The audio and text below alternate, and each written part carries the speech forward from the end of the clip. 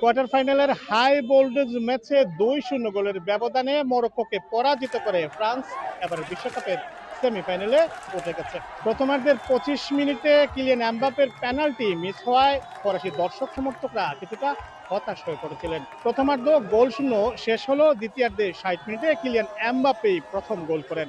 66 মিনিটে দেমবেলে আরেক গোল করে 2-0 গোলের ব্যবধানে দলকে এগিয়ে নিয়ে যান। মরক্কো মরিয়ার চেষ্টা করেছে গোল পরিশোধের জন্য, কিন্তু শেষ পর্যন্ত তারা গোল পরিশোধ করতে পারেনি। 2-0 গোলের ব্যবধানে মরক্কোকে পরাজিত করে ফ্রান্স সেমিফাইনালে উঠে যায়। ফ্রান্সের প্রতিটি গোলে দর্শক সমর্থকরা ছিলেন উচ্ছ্বসিত। তারা করতালি ও স্লোগানের মাধ্যমে ফ্রান্স দলকে উৎসাহিত করেন।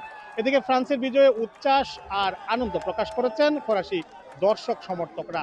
ফ্রান্স জুড়ে বইছে উৎসব আর আনন্দের আমেজ। এমবাপ্পে পেনাল্টিতে গোল না পেয়ে পাওয়ার পরে মনটা বেশ খানিকটা খারাপ ছিল, কিন্তু আবারও গোলের মধ্য দিয়ে বিজয়টা নিশ্চিত করেছে। আমাদের বিশ্বাস আমরা বিশ্বকাপটাকেও ফ্রান্সের ঘরে নিয়ে আসবো। সবার জন্য ভালো চপস্টিক ইনস্ট্যান্ট নুডলস। আমরা সেমিফাইনালে অনেক আনন্দিত। ফ্রান্স অসাধারণ খেলেছে। প্রথমার্ধে আমাদের কিছু কঠিন সময় পার করতে হয়েছিল, কিন্তু আমরা হাল ছাড়িনি। কিলিয়ান এমবাপ্পে মাঠ থেকে উঠে যাওয়া সত্ত্বেও অতিরিক্ত খেলোয়াড়দের পুরো বেঞ্চ মাঠে নেমেছিল। আর এখন আমরা সেমিফাইনালে, ফ্রান্স এগিয়ে যাক। অসাধারণ একটি ম্যাচ ছিল।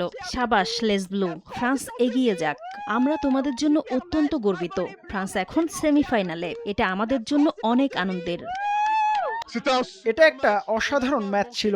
আমরা একটা সুযোগ হাতছাড়া করিনি। দারুণ লেগেছে। এবার সেমিফাইনালের পালা, আমরা সেখানে সবাইকে টেক্কা দেব। ফ্রান্স দীর্ঘজীবী হোক।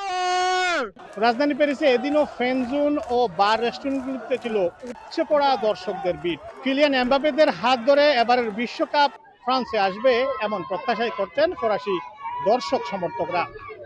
ফ্রান্সের প্যারিস থেকে মোহাম্মদ লুৎফুর রহমান বাবু, সময় সংবাদ।